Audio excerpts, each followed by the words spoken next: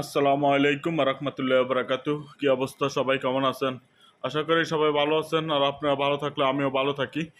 আজকে রিয়াদ এয়ারপোর্ট আসছিলাম। এয়ারপোর্ট যেহেতু আসছি, এয়ারপোর্টের থেকে যখন বাসায় ফিরতে চেয়েছিলাম, ওই সময় দেখলাম যে রিয়াদ এয়ারপোর্টের যে রোড, গাড়ি চলাচলের যে রাস্তা, সেই রাস্তার পাশ দিয়েই একটা মেট্রো রেলের রাস্তা গেছে।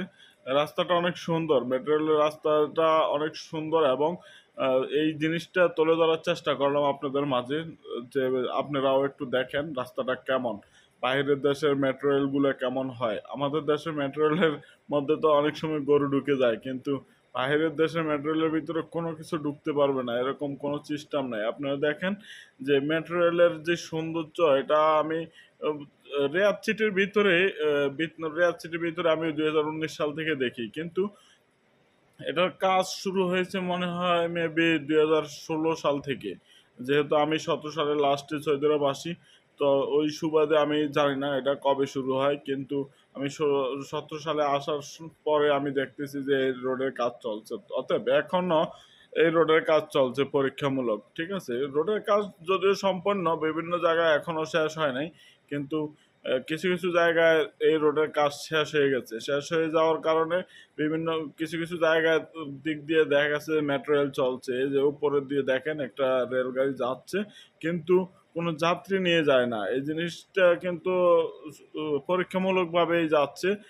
বিগত 2 বছর আমি দেখতেছি যে বিভিন্ন জায়গায় রেল চলাচল হচ্ছে, কিন্তু কোনো যাত্রী ওঠানামা করছে না। এটা অনলি পরীক্ষামূলক 2 বছর যাবত। তো চিন্তা করেন, আমাদের দেশের বগি কখনো কখনো রেল ক্রসিং থেকে উল্টে পড়ে যায়, কিন্তু বিভিন্ন ধরনের দুর্ঘটনার শিকার হয়। এই দেশের এই বিষয়গুলো না খুব যত্ন সহকারে এবং দক্ষ ইঞ্জিনিয়ার দ্বারা কিন্তু তারা এই জিনিসগুলো করে থাকে। এই রেল লাইনটা কখনো আকাশপথে চলে যায়, মানে মাটির উপর দিয়ে চলে যায়, কখনো মাটির নিচে দিয়ে যায়। এখানে এসেই কিন্তু এটা মাটির নিচে দিয়ে ঢুকে গেছে।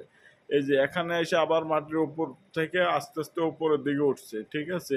মানে যে এখানে যেভাবে রাস্তাটা নিতে পারছে, এটা ইঞ্জিনিয়াররা সেভাবেই নিয়ে গেছে।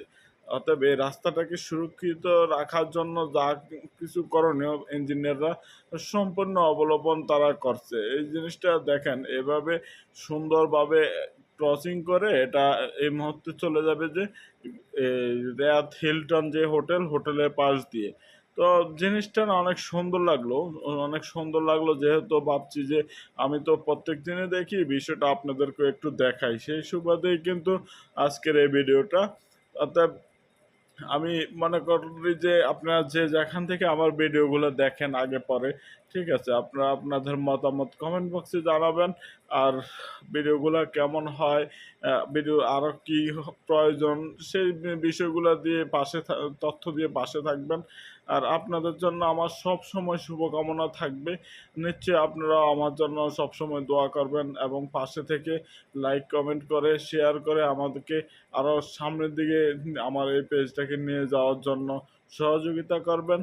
তো আশা করি যে যেভাবে আছেন ভালো থাকেন, ভালো আছেন। আপনাদের জন্য সবসময় শুভকামনা এবং দোয়া থাকবে আমার অন্তরস্থল থেকে। যেহেতু আমার পেজটা একদম নতুন, আপনারা যে যেখান থেকে দেখেন শেয়ার করবেন। শেয়ারের মাধ্যমে আমার পেজটাকে আবার সামনে নিয়ে যাওয়ার সহযোগিতা করবেন। ওকে, আল্লাহ হাফেজ, সবাই ভালো থাকবেন।